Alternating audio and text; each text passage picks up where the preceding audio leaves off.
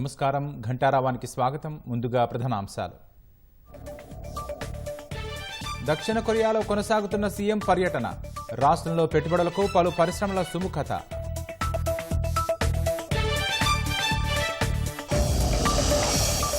Rachakonda commissionerate పరిధిలో drugs ముఠా గుట్టు రట్టు. 2 అరెస్ట్, కోటి విలువైన హ్యాష్ ఆయిల్ స్వాధీనం.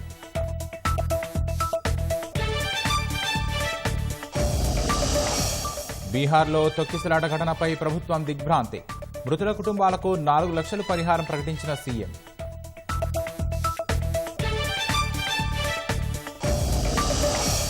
ఢిల్లీ హైకోర్టులో కేజ్రీవాల్కు మరోసారి చుక్కెదురు. సీబీఐ అరెస్టును సవాలు చేస్తూ వేసిన పిటిషన్ను కొట్టివేత.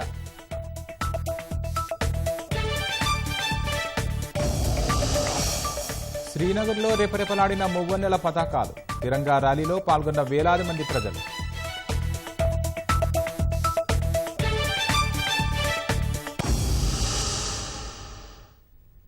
అమెరికా పర్యటన ముగించుకొని దక్షిణ కొరియాలో పర్యటిస్తున్న ముఖ్యమంత్రి రేవంత్ రెడ్డి బృందం రాష్ట్రంలో పెట్టుబడుల కోసం తీవ్రంగా కృషి చేస్తోంది. అందులో భాగంగా ఎల్ఎస్ గ్రూప్ ప్రతినిధులతో సమావేశమైంది. గతంలో ఎల్జీ గ్రూప్ భాగమైన ఎల్ఎస్ కార్ప్ చైర్మన్ కూజా యున్తో ముఖ్యమంత్రి రేవంత్ రెడ్డి భేటీ అయ్యారు. రాష్ట్రంలో విద్యుత్ కేబుల్, గ్యాస్, ఇంధన, బ్యాటరీల ఉత్పత్తిలో పెట్టుబడులపై చర్చలు జరిపారు.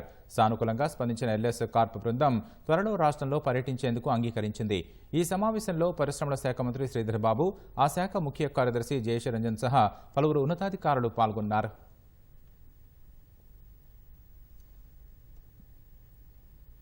వరంగల్ టెక్స్టైల్ పార్కులో కొరియా పరిశ్రమల పెట్టుబడులు పెట్టాలని ముఖ్యమంత్రి రేవంత్ రెడ్డి పిలుపునిచ్చారు. కొరియా జౌళి పరిశ్రమ సమాఖ్య ఆధ్వర్యంలో నిర్వహించిన రౌండ్ టేబుల్ కాన్ఫరెన్స్లో ఆయన ప్రసంగించారు. ఈ సమావేశంలో కొరియాకు చెందిన సుమారు 25 భారీ జౌళి పరిశ్రమల ప్రతినిధులు పాల్గొన్నారు. వరంగల్లో ప్రతిష్టాత్మకంగా చేపడుతున్న మెగా టెక్స్టైల్ పార్కులో దక్షిణ కొరియా సంస్థలు పెట్టుబడులు పెట్టాలని ఈ సందర్భంగా సీఎం రేవంత్ రెడ్డి పిలుపునిచ్చారు. సంస్థలకు అన్ని విధాలా సహకరిస్తామని హామీ ఇచ్చారు.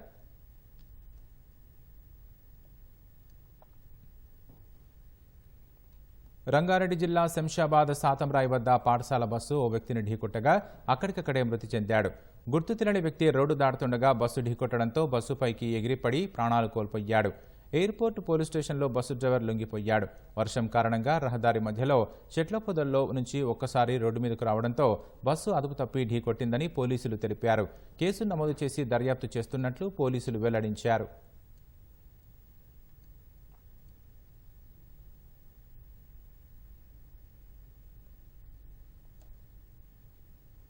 బీహార్ జహానాబాద్ జిల్లాలోని బాబా సిద్ధనాథ్ ఆలయంలో భారీ తొక్కిసలాట చోటు చేసుకుంది.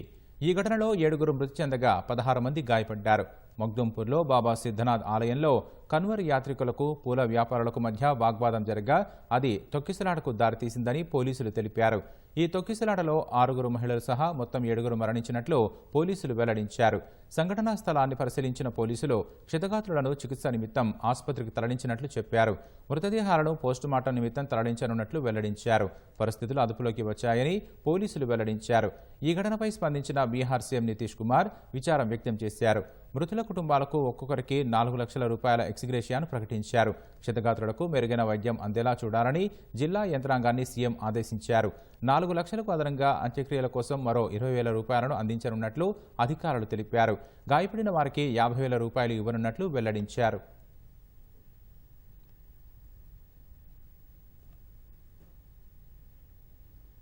గాంధీభవన్లో చామల్ కిరణ్ మీడియాతో మాట్లాడుతున్నారు. ప్రత్యక్ష ప్రసారం ద్వారా చూద్దాం. జరిగింది. సో అనేక కంపెనీలు పెట్టుబడులు పెట్టడానికి ముందుకు రావడం జరిగింది. ముఖ్యంగా Cognizant, Walsh Karra, RCM, Trigyn, HCA health care, తర్వాత వివెంట్ ఫార్మా, చార్ల్స్ స్వాబ్, చాలా కంపెనీలు ఇలా అడోబ్ సిస్టమ్స్, అమ్గెన్ సిటిఓ గారు, చీఫ్ టెక్నాలజీ డేవిడ్ రీస్ గారితో కూడా పర్సనల్గా కూర్చోవడం జరిగింది. అలాగే ఈక్విటీ పార్ట్నర్షిప్ సిఇఓ గారు, సంస్థ సిఇఓ వెంకట్ బుసా గారితో కూడా సీఎం రేవంత్ రెడ్డి గారు పర్సనల్గా కలవడం జరిగింది. అలాగే జాయిటిస్ కంపెనీ చీఫ్ ఇన్ఫర్మేషన్ ఆఫీసర్ గారితో కూడా కలిసి, అంటే ముఖ్యంగా రేవంత్ రెడ్డి గారి గురించి ఈ పర్యటనను చాలామంది ఇక్కడ తప్పుగా వక్రీకరించి అక్కడ ఏం జరుగుతలేవు, సీరియస్నెస్ లేదు అనేది ఒకటి క్రియేట్ చేయడానికి ప్రయత్నం చేశారు. నేను ఒకటే చెప్పదలుచుకున్నా, రేవంత్ రెడ్డి గారు ముఖ్యమంత్రి అయ్యి తెలంగాణలో కాంగ్రెస్ ప్రభుత్వంలోకి వచ్చి 8 నెలలు, 8 నెలల్లో 3 నెలలు మనకు ఎన్నికల కోడ్లో ఆ రోజు ఏమీ డెవలప్మెంట్ కార్యక్రమాలలో భాగస్వామ్యం తీసుకోలేని పరిస్థితి ఉండే మన మంత్రులది కానీ సీఎం గారిదని. ఇప్పుడు ఈ పర్యటనలలో మన ఐటీ శాఖ మంత్రివర్యులు శ్రీధర్ బాబు గారు, రేవంత్ రెడ్డి గారు గతంలో కూడా వచ్చిన 8 నెలల్లో రెండోసారి ఇది. ఇంతకుముందు జెనీవా పర్యటన చేసిర్రు, ఇప్పుడేమో యుఎస్కి వెళ్ళిరు. ప్రయత్నం ప్రతి విషయాన్ని, అంటే సెక్రటేరియట్లో కూర్చొని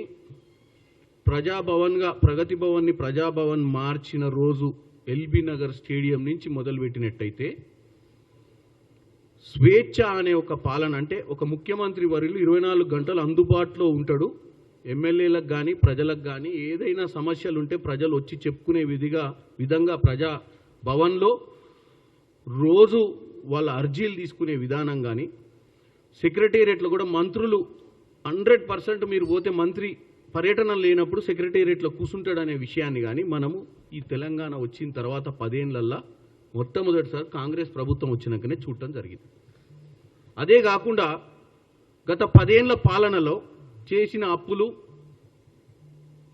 వాటికి మన రాష్ట్ర పరిస్థితి ఏందో క్లారిటీగా మనందరికీ కూడా వచ్చిన నెల రోజులలోనే వాస్తవాలు ముఖ్యమంత్రి గారు, మంత్రులు అన్ని శాఖలలో, అటు సివిల్ సప్లైస్లో కానీ, ఇటు ఇరిగేషన్లో కానీ, ఇటు ఎలక్ట్రిసిటీ డిపార్ట్మెంట్లో కానీ, విద్యుత్ శాఖలో కానీ, శాఖలో కూడా ఏం జరిగింది అంటే అంతకుముందు వీళ్ళు చీకటి జీవోలు ఇచ్చి రాష్ట్రాన్ని మొత్తం అప్పుల పాలు చేసి రాష్ట్రంలో ఏం జరుగుతుందని కూడా ప్రజలకు తెలియని విధంగా పరిపాలనను ఒక క్లారిటీకి తీసుకురావచ్చే ప్రయత్నం ఫస్ట్ నెలన్నరలో చేసిరు. చేసినాక అప్పుడు తప్పుడు ప్రచారమే ఏంటంటే, అరే చూసిరా ఇవన్నీ ఎందుకు చెప్తుర్రంటే 6 గ్యారెంటీలు చేయొద్దు అనే ఉద్దేశంతో ఇవన్నీ డొంకసాకులు చెప్తున్నారు, ఇవన్నీ ఏం లేదు, ఇదంతా తప్పుడు ప్రచారం అని చెప్పారు. పోనీ 6 గ్యారెంటీల గురించి మాట్లాడినట్టయితే 6 గ్యారెంటీలలో ఫ్రీ బస్సు, ఉచిత కరెంటు, ప్రజాపాలన పేరు మీద 1 కోటి అప్లికేషన్లు, 15-20 రోజులల్లో ఊర్లల్లో క్యాంపులు పెట్టి ఎమ్మెల్యేలు అందరూ ప్రతి గ్రామ పంచాయతీలో క్యాంపు పెట్టి మరి అప్లికేషన్లు తీసుకొని వాస్తవ పరిస్థితులను తెలుసుకునే ప్రయత్నాన్ని కూడా తప్పుడు చూపించారు వాళ్ళు. ఇదంతా కాలయాపనే, అప్లికేషన్లు తీసుకొని మళ్ళీ ఏం చేయొద్దన్న ఉద్దేశంతో. సరే అదో ఇదో మనకు పార్లమెంట్ ఎన్నికలలో రేవంత్ రెడ్డి గారు ఆగస్టు 15 లోపు రైతు రుణమాఫీ అనేది అన్నిటికంటే పెద్ద సబ్జెక్ట్, ఇందులో ఎక్కువ డబ్బుతోటి కూడుకున్నటువంటి సబ్జెక్ట్ ఈ పథకాలలో. సో దాన్ని నేను ఆ రోజు చేస్తా అని చెప్పి నా దగ్గరనే ప్రచారంలో యాదగిరి లక్ష్మీనరసింహస్వామి సాక్షిగా ఆగస్టు 15 కల్లా చేస్తా అన్నట్టు చేస్తున్నారు. దాని మీద తప్పుడు ప్రచారమే, అంటే రేషన్ కార్డులు ఉన్న వాళ్ళకి ఇయ్యరనా, లేని వాళ్ళకి ఇయ్యరనా, మళ్ళీ వీళ్ళకి ఇయ్యరనా, వాళ్ళకి ఇయ్యరనా, ఐటీ రిటర్న్స్ ఎంత ఉండాలి, ఇవన్నీ పబ్లిక్ని కన్ఫ్యూజ్ చేసే విధంగా మళ్ళా ప్రతిపక్షాలు మాట్లాడటం జరిగింది. నిన్న అమెరికా పర్యటనలో కూడా ఏం దొరికితే బాగుంటుంది, ఏది దొరికించుకొని తప్పుడు ప్రచారం చేద్దామన్న ఆలోచనే తప్ప, అరే ప్రజలు మీకు 10 ఏళ్ళు అవకాశం ఇచ్చిర్రు, కాంగ్రెస్ పార్టీకి 5 ఏళ్ళు ఇచ్చిర్రు. ఇప్పుడు ప్రజలే నిర్ణయిస్తారు కదా మేము తప్పులు చేస్తే. ప్రజలు ఈరోజు రేపు గ్రామ పంచాయతీ ఎన్నికలు వస్తాయి, రేపు జిల్లా పరిషత్ ఎన్నికలు వస్తాయి, రేపు మున్సిపల్ ఎన్నికలు వస్తాయి, తర్వాత మళ్ళీ జనరల్ ఎలక్షన్స్ వస్తాయి ఇంకో 4 ఏళ్ళు అయితే. ఈలోపు మేము కూడా ఓ 10 ఏళ్ళలో 20 ఏళ్ళలో ఇక్కడ ప్రజలకు సేవ చేయాలన్న ఆలోచనతో రాజకీయాలు చేస్తాం తప్ప. హైడ్రా కమిషనర్ రంగనాథ్ మీడియాతో మాట్లాడుతున్నారు. ప్రత్యక్ష ప్రసారం ద్వారా చూద్దాం. ఫస్ట్ ఏంటంటే ఇప్పటికీ చాలా వరకు ఎంక్రోచ్ అయ్యింది. సరే ఇక ఇనఫ్ ఈజ్ ఇనఫ్, అయింది ఏదో అయింది, దాన్ని ఎట్లా రిట్రీవ్ చేయాలి అది చేద్దాం అది. బట్ ఇంకా ఫర్దర్గా మనం ఆపలేకపోతే కనుక రేపు హైదరాబాద్ భవిష్యత్ అనేది చాలా డేంజరస్ ఉంటుందనేది కూడా నేను అందరికీ కూడా చెప్పదలుచుకున్నాం. అండ్ ఈ ఉద్దేశంతో ముఖ్యమంత్రి గారు అండ్ అట్లానే ప్రభుత్వం కూడా ఈ హైడ్రా అనే దాన్ని కాన్స్టిట్యూట్ చేయడానికి కూడా ప్రధాన ఉద్దేశం ఇదే అన్నమాట. రేపు ఫ్యూచర్ హైదరాబాద్ అనేది అది చాలా ఎండేంజర్డ్ హైదరాబాద్గా ఉండకుండా ఈ కబ్జాలు, ఎంక్రోచ్మెంట్స్, ఇవన్నీ లేకులు, గవర్నమెంట్ ల్యాండ్స్, పార్కులు, నాలాలు అన్ని కబ్జాకు గురయ్యి మొత్తం ఇక్కడ సివిక్ లైఫ్ అంతా అతలాకుతలం కాకుండా ఉండకుండా ఉండడానికి అలా దానికోసం అని చెప్పి దాన్ని నివారించడానికి అని చెప్పేసి ఈ హైడ్రా అనే దాన్ని కాన్స్టిట్యూట్ చేయడం జరిగింది. హైడ్రా గురించి మీ అందరికీ చెప్పాము, ఇంతకుముందు కూడా మీ అందరికీ తెలుసు. Hyderabad disaster response and asset protection agency. So disaster management is one aspect and asset protection is another aspect. Asset protection నుంచే డిజాస్టర్ మేనేజ్మెంట్ కూడా మనకి లింక్ అయి ఉంటుంది ఆబ్వియస్గా. ఎందుకంటే లేక్స్ని మీరు కాపాడలేకపోయినా, నాలాస్ని కాపాడలేకపోయినా, లేకపోతే మనకి ఇట్లాంటి అంటే వాటర్ బాడీస్ని కాపాడకపోతే that leads to disaster, right? So ఎన్ని ఇంటర్లింక్డ్ కాన్సెప్ట్స్ ఉన్నాయి. సో దీంట్లో we are working on it and government మాకు ఏదైతే మ్యాండేట్ ఇచ్చిందో దానికి అనుగుణంగా విత్ వాట్ ఎవర్ ఇప్పుడు ప్రస్తుతానికి స్టాఫ్ ఉన్నారు, ఈవిడిఎం పాత స్టాఫ్ ఉన్నారు. అండ్ త్వరలో గవర్నమెంట్ పెద్ద ఎత్తున కూడా మాకు స్టాఫ్ని ఇస్తున్నారు. అండ్ సీఎం గారు దీని మీద ప్రత్యేకమైన ఫోకస్ కూడా ఉన్నది. మీరు చూశారు అసెంబ్లీలో కూడా వారు చెప్పింది, అండ్ అట్లానే ఇతర మంత్రివర్గ సభ్యులు కూడా మాట్లాడినప్పుడు కూడా మీరు చూశారు. So lot of importance is being given to HYDRAA by the government and by the honourable CM also. So దీంట్లో త్వరలో ఒక హైడ్రా పోలీస్ స్టేషన్ కూడా కాన్స్టిట్యూట్ అవ్వబోతుంది. హైడ్రా పోలీస్ స్టేషన్ దాని లిమిట్స్ అంతా కూడా అప్ టు ఈ ఓఆర్ఆర్ దాకా ఉన్నటువంటి మొత్తం ఏరియా అంటే almost more than 2050 square kilometres include అవుతుంది. ప్రస్తుతం ఉన్నటువంటి జిహెచ్ఎంసీ లిమిట్స్ 650 స్క్వేర్ కిలోమీటర్స్ అయితే ఈ HYDRAA area will be almost 2000 అంటే 3-fold ఇంక్రీజ్ అవుతుంది అనమాట. 2050 దాకా స్క్వేర్ కిలోమీటర్స్ దాకా ఉంటుంది. అండ్ వీటిలన్నిటి వాటర్ బాడీస్, పార్క్స్ ఇవన్నీ కూడా చెక్ చేయడానికి ఈ హైడ్రా పోలీస్ స్టేషన్లో క్రిమినల్ పరంగా కూడా చర్యలు తీసుకోవడానికి కూడా ఉంటుందన్నమాట. అంటే వాటిల్లో కొంతమంది రికార్డెడ్గా అంటే ఫోర్జెడ్ డాక్యుమెంట్స్ చేయటము, లేదా గ్రాప్ చేయటము, ల్యాండ్స్ని గ్రాప్ చేసినప్పుడు వాళ్ళ మీద కేసెస్ అన్నీ కూడా ఉంటుందన్నమాట. సో ఇది ఈ క్రిమినల్ ఆస్పెక్ట్ని చెక్ చేయడానికి HYDRAA police station will be headed by ఒక ఏసీపీ ర్యాంక్ ఆఫీసర్ ఉంటుంది, lot of inspectors will be there. And అట్లానే మేము హైడ్రా దీంట్లో కూడా ప్రపోజ్ చేసింది కూడా చాలా కింద ఎంక్వైరీ టీమ్స్ని ఎక్కువ చేసి ఎందుకంటే చాలా కంప్లైంట్స్ వస్తున్నాయి, పబ్లిక్ నుంచి వందలాదిగా రెస్పాన్స్ వస్తుంది.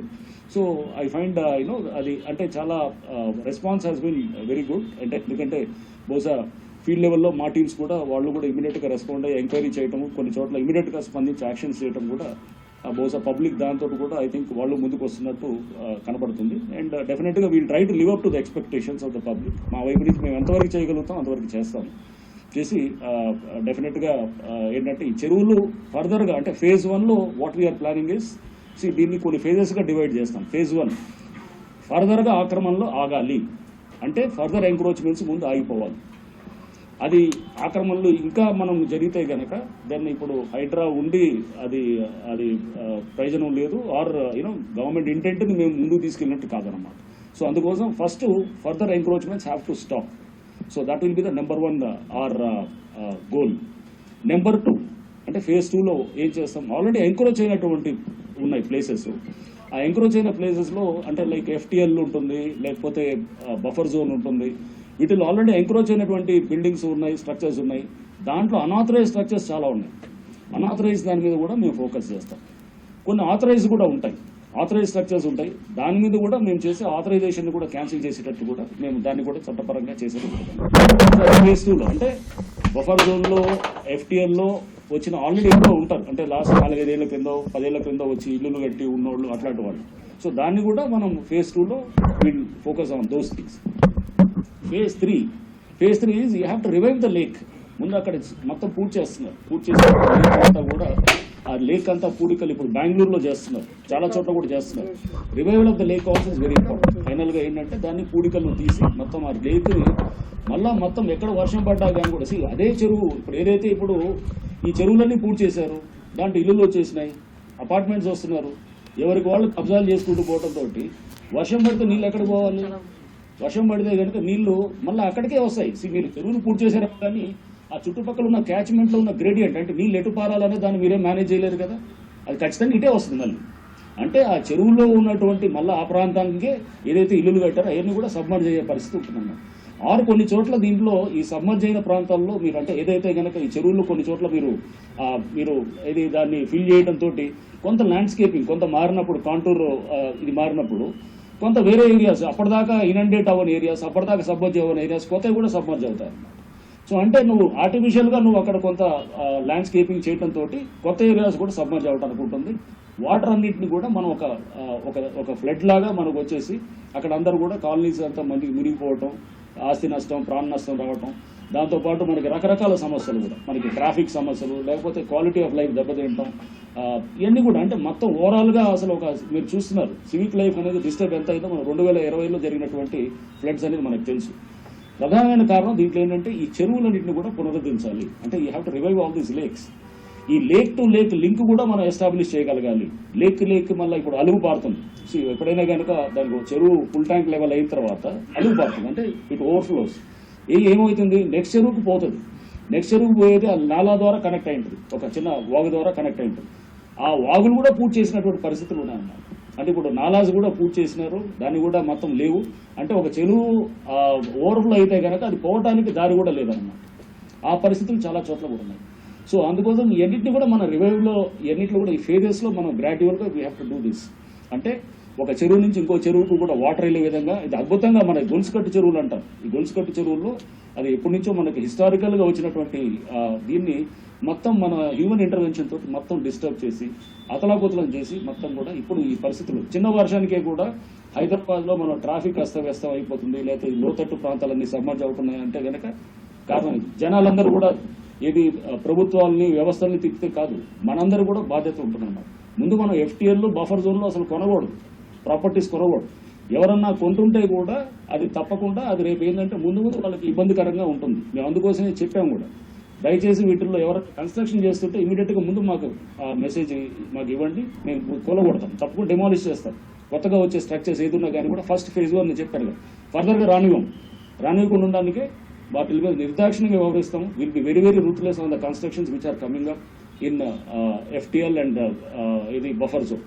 సో ఎస్పెషల్ కొత్త కన్స్ట్రక్షన్స్, పాత నెక్స్ట్ వచ్చిన కన్స్ట్రక్షన్ గురించి ఫేజ్ 2లో ఫేజ్ 3 ఈ ప్రాసెస్లో వెళ్ళాలన్నమాట. ఇది చేసి డెఫినెట్గా దీంట్లో చాలా మంది స్టేక్ హోల్డర్స్ తోటి కూడా మేము will have lot of interaction, discussions. Lakes protect చేసేటటువంటి యాక్టివిస్ట్ ఉన్నారు, అసోసియేషన్స్ ఉన్నాయి, and lot of like agencies like national remote sensing agency, ఇంకా ఇతర అందరితో కూడా మేము చాలా మందితో కూడా స్టేక్ హోల్డర్స్ తోటి అందరితో కూడా మాట్లాడి ఎప్పటికప్పుడు దీన్ని ఇంకా మేము we are planning to have a పెద్ద workshop next month disaster management మీద, అంటే with rainfall predictions and next అట్లానే దీన్ని ఈ చెరువుల్ని పునరుద్ధరించడానికి ఇవన్నిటి కూడా అంటే ఒక మనం థింక్ ట్యాంక్ లాగా కూడా దీంట్లో కొంత మనం మేధోపనం చర్నింగ్ ఆఫ్ ఐడియాస్ ఇవన్నీ కూడా జరిగితే కనుక డెఫినెట్గా ఒక ప్లాన్ ఆఫ్ యాక్షన్ కూడా మనకి కాంక్రిటైజ్ అవుతుందనేది కూడా ఒక ఆలోచన ఉన్నది.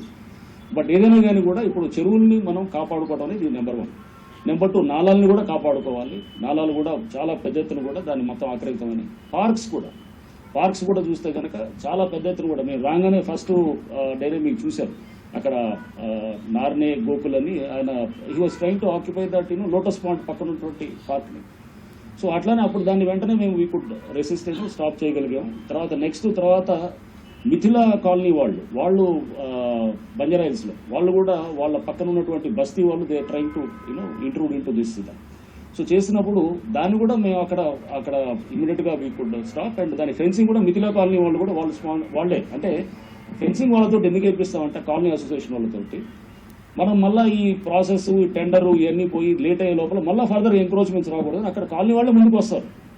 వాళ్ళు వచ్చేసి వాళ్ళు ఏం చేస్తారు, సార్ మేము ప్రొటెక్ట్ చేసుకుంటాం. ఎవరైతే ఆ పార్కుల్ని ప్రొటెక్ట్ చేస్తామని ముందుకు వస్తున్నటువంటి అసోసియేషన్స్ ఉన్నాయో వాళ్ళని తప్పకుండా మేము సమర్థిస్తాం.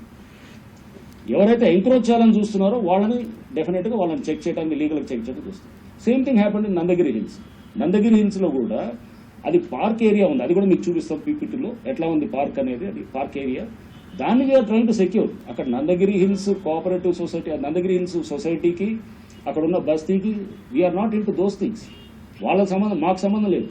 మేమేంటి మా పార్క్, అది ఏ పార్క్ అయితే దాని ఎక్స్టెంట్ ఉందో దాన్ని we are trying to secure.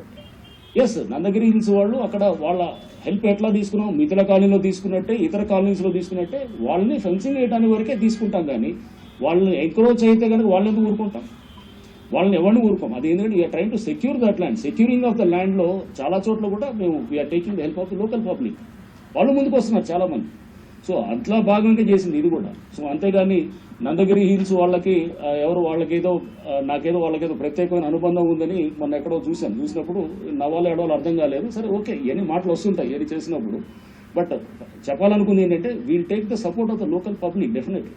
And అట్లానే అక్కడ బస్తీ వాళ్ళది కూడా వెళ్ళాం. నందగిరి హిల్స్ దగ్గరికి వెళ్ళినప్పుడు బస్తీ వాళ్ళతో కూడా చెప్పాం, అరే మీకు ఎప్పుడో అప్రూవ్డ్ మీకు ఒక జేఎన్యూఆర్ఎం దాని కింద ఏదో ఉన్నది, అది మనం వైఆర్ నాట్ ఇది దాన్ని బస్తీలో మన క్వాలిటీ ఆఫ్ లైఫ్ పెంచాలి కదా. బస్తీలో మనం ఇదే బస్తీలో 15 ఏళ్ళ నుంచి ఉన్నప్పుడు అక్కడ దాని క్వాలిటీ ఆఫ్ లైఫ్ పెంచాలన్నప్పుడు దానికి తప్పకుండా మేము కూడా సహకరిస్తాం. మీకు will take you to secretariat senior officer దగ్గరికి వెళ్దాం, వీళ్ళు అడుగుదాం, లేకపోతే ఎవరైనా అక్కడ కన్సర్న్ మినిస్టర్ దగ్గరికి వెళ్దాం, మేము కూడా వస్తాం, మీతో తీసుకుని వెళ్దాం.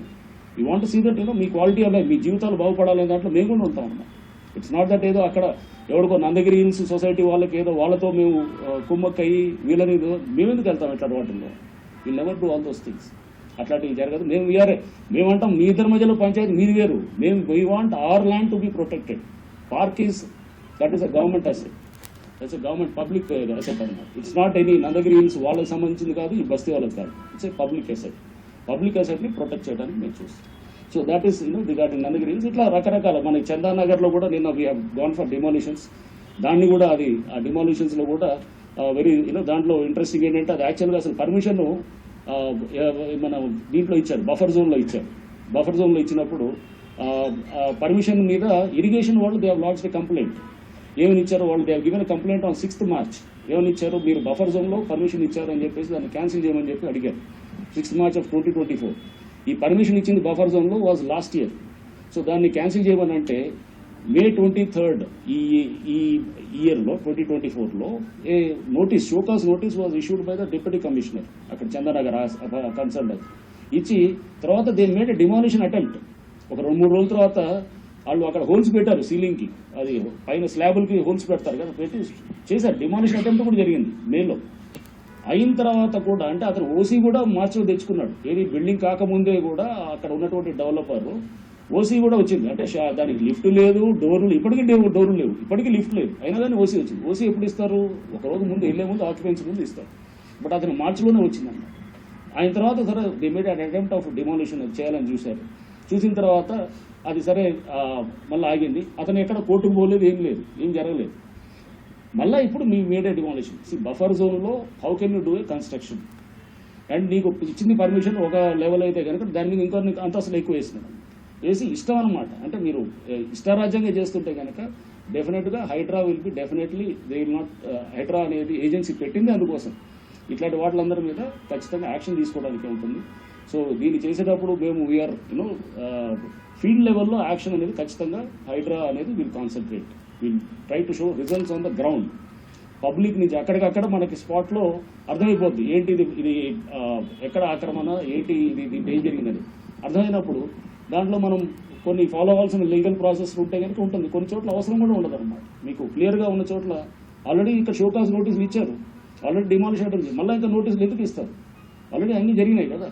సో చేసిన తర్వాత అతనేం చేయలేదు, సో చేస్తారు. సో వీళ్ళు ఫాలో లీగల్గా చేస్తుంటాము. చేసి డిమాలిషన్ అనేది ఖచ్చితంగా అక్కడ రేపు ఎవరైనా కానీ బఫర్ జోన్ ఆర్ ఏది FTLలో కట్టాలంటే కనుక భయపడేటటువంటి పరిస్థితి తీసుకొచ్చేటువంటి విధంగా చేస్తాం. సో అది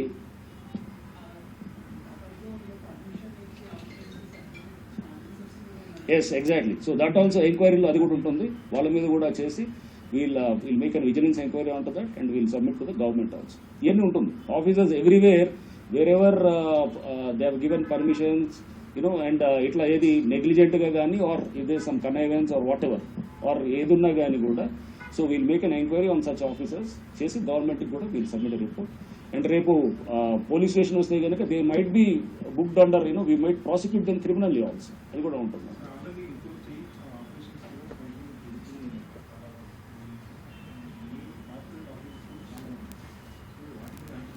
తప్పకుండా ఉంటుంది. సో ఇప్పుడు నేనైతే ఆల్రెడీ ఎంక్రోచ్ అనేది సెకండ్ ఫేజ్. ఇప్పుడు ఆల్రెడీ ఎంక్రోచ్ అయ్యి అక్కడ ఒక బిల్డింగ్ కట్టారు, దాంట్లో ఆల్రెడీ అపార్ట్మెంట్స్ ఉన్నాయంటే ఎస్ దాన్ని లీగల్గా నోటీసులు ఇవ్వాలి, పర్మిషన్స్ ఇచ్చినారంటే చెప్పాను కదా, నోటీసులు ఇచ్చి ఆ ప్రాసెస్ ఫాలో అవ్వాలి.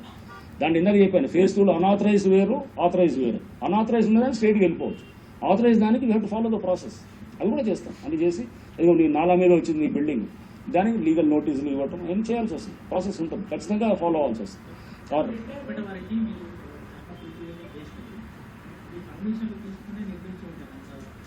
అలా లేదు, చాలా అనాథరైజ్డ్ ఉన్నాయి. ఇప్పుడు నిన్న మేము గుమ్రుక్ దౌలా దాంట్లో చేసిన అన్ని అనాథరైజ్డ్.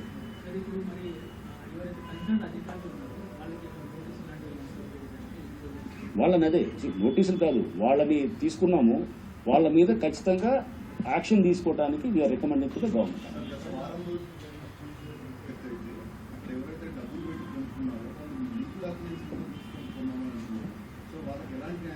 అక్కడ రిజిస్ట్రేషన్ రైట్, అక్కడ మీకు ఇంకోటి, వాళ్ళు రిజిస్ట్రేషన్స్ కూడా కాలేదు చాలా చోట్ల. మీరు చూస్తే కనుక చాలా చోట్ల రిజిస్ట్రేషన్ కూడా అవ్వట్లేదు. వాళ్ళకి తెలుసు అక్కడ అది నోటరీ తోటి ఎందుకు రిజిస్ట్రేషన్ కాలేదని కూడా తెలుసు పబ్లిక్. తెలిసిన తర్వాత కూడా వాళ్ళు కొంటున్నారంటే కనుక దానికి అర్థం ఏంటి? అప్పుడే అంతకుముందు ఆ ఫ్లాట్స్కి ఇప్పుడు చందనగర్ ఫర్ ఇన్స్టెన్స్ దాంట్లో ఆల్రెడీ ఒక అటెంప్ట్ హెస్మెంట్ డన్ పోల్ చేయడానికి చేశారు, మళ్ళీ అయినా కానీ ఎట్లా కొంటారు? సో ఇక్కడ గుమ్రుక్ దోలా ఫర్ ఇన్స్టెన్స్ అవన్నీ అసలు రిజిస్ట్రేషన్స్ కావు అక్కడ కొనకూడదు. లేఅవుట్స్ కూడా ఎఫ్టీఎల్లో వచ్చిన లేఅవుట్స్ ఏమైనా ఉంటాయి కనుక అది క్యాన్సిలేషన్ కోసం మేము ఆల్రెడీ హెచ్ఎండికి రాస్తున్నాం. రాసింది అంతా కూడా ఎక్కడికక్కడ అది ముందు ఆ పర్మిషన్ క్యాన్సిల్ చేయాలి. క్యాన్సిల్ అయిన తర్వాత బిల్డింగ్ పర్మిషన్ ఇచ్చి ఉంటే బిల్డింగ్ పర్మిషన్ క్యాన్సిల్ చేయాలి. చేసి చాలా వస్తున్నాయి. అంటే ఇంకా మేము we have not lot of ఉన్నాయి, చాలా ఉన్నాయి మా దృష్టికి వచ్చినవి ఉన్నాయి. But I don't have the exact number. But cases వచ్చిన కొద్దీ వీఆర్ ఫైండింగ్ ఇట్ అవుట్. దానికి లేఅవుట్కి ఎలా పర్మిషన్ ఇచ్చారండి, చెరువులో ఎలా ఇచ్చారు, లేకపోతే అది ఎఫ్టీఎల్లో కానీ బఫర్ జోన్లో ఎలా ఇచ్చారంటే కూడా అడుగుతున్నాము. But we'll document all this. Now we have a very meagre this thing and we have just started కాబట్టి we'll definitely document all these things. ఇది ఎన్ని లేఅవుట్స్ ఇస్తున్నారు ఇదంతా కూడా ఇచ్చి రేపు హెచ్ఎండిఏకి రాస్తాం. మీరు ఈ లేఅవుట్స్ ఇది ఇస్తున్నారు, ఇన్ని పర్మిషన్స్ ఇస్తున్నారు, సో దీన్ని హెచ్ఎండిఏ కూడా వాళ్ళ దృష్టికి తీసుకెళ్తాం. అండ్ ఇది డెఫినెట్గా ఇది ముఖ్యమంత్రి గారి దృష్టికి కూడా తీసుకెళ్ళటం జరుగుతుంది. అంటే డిపెండ్స్ ఆన్ ఇప్పుడు అనాథరైజ్డ్ ఉన్నదానికి ఆల్రెడీ అది కోర్టులో నిలిచింది. ఇది మన సపోజ్ గుమ్ముగుదౌలా దీంట్లో ఆల్రెడీ కోర్టు అంతా జరిగింది. అది కోర్టులో దానికి ఎట్లా అవుతుందంటే టైటిల్ ఇష్యూ మీద పోయారు వాళ్ళు. ఎక్కడ ఆథరైజ్ అనాథరైజ్ అనేది కాదు, title issue. We are not in to the title issue. Title నీదే ఉండొచ్చు, గవర్నమెంట్ ఉండొచ్చు, ఎవరిదో ఉండొచ్చు, మాకు సంబంధం లేదు. స్ట్రక్చర్ ఈజ్ అనాథరైజ్ అన్నది. సో ఇప్పుడు డైవర్ట్ చేయటం కాదు, ఇష్యూని డైవర్ట్ చేయడం కన్నా ఇక్కడ చాలా చోట్ల ఏం చేస్తున్నారంటే దాన్ని వేరే వైపు తీసుకెళ్తున్నారు. వేరే వైపు తీసుకెళ్ళి ఏదో మన సినిమాలో ఉంటుంది, ఏదో అల్లీ సినిమా ఒకటి ఉంటుంది, ఇసుక బస్తా తీసుకెళ్తుంటే కనుక అది ఎంతసేపు ఇసుక మీద కాన్సన్ట్రేషన్ ఉంటారు అనమాట. తీసుకెళ్లే బండి సంగతి పోతుందండి. అదే టైప్లో కనబడుతున్నాయి. అంటే ఆడ వచ్చింది మేము కాన్సన్ట్రేట్ చేస్తుంది ఆ స్ట్రక్చర్ గురించి అడుగుతున్నాం. స్ట్రక్చరు దాంట్లో ఎఫ్టీఎల్లో వస్తున్నటువంటిది లేదా బఫర్ దాని గురించి మాట్లాడుతున్నాం. We are not concern with the title or other things. అది that is for the civil court to decide. ఏమంటారు?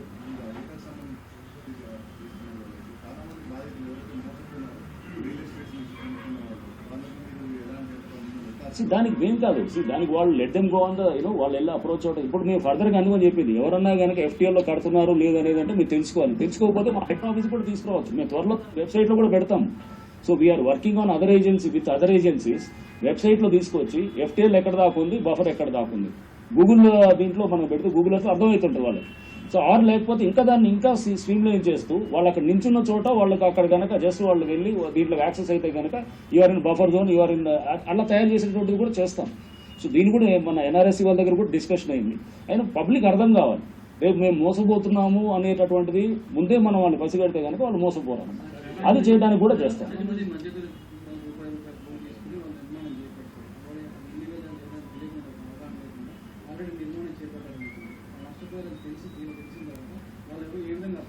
నేచురల్ వాళ్ళు బిల్డర్ మీద పోవాలి. బిల్డర్ మీద వాళ్ళు దే హ్యావ్ టు ఫైల్ వాళ్ళు సివిల్ సూట్ వేసుకొని వాళ్ళ దగ్గర డ్యామేజెస్ క్లెయిమ్ చేయాలి. బిల్డర్ అతను ఎట్లా పర్మిషన్స్ రాంగ్ పర్మిషన్ ఇచ్చి గవర్నమెంట్ నుంచి ఇస్తే ఆఫీసర్ మీద కూడా ఎట్లా ప్రాసిక్యూట్ చేస్తాం, అతను ప్రాసిక్యూట్ అవుతాడు. ఆఫీసర్లు ఎలా ఇచ్చారు పర్మిషన్ అని మొన్న అంటున్నారు. ఎస్, మేము అదే అడుగుతున్నాం. ఆఫీసర్లు పర్మిషన్ ఇస్తే కనుక దానికి ఆఫీసర్ ఎవరంటే వాళ్ళు ఇస్తే కనుక దానికి శాంక్టిటీ వచ్చేస్తుందా? కాదు కదా సార్.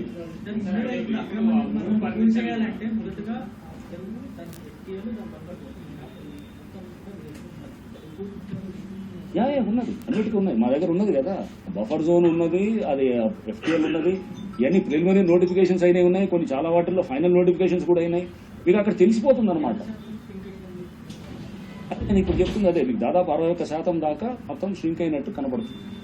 అండ్ కొన్ని చెరువులు అయితే 80% ఉన్నాయి, కొన్ని ఏది దాదాపు 75%, 80%. అది మీకు చూపిస్తాం కూడా కొంత డేటా మీకు.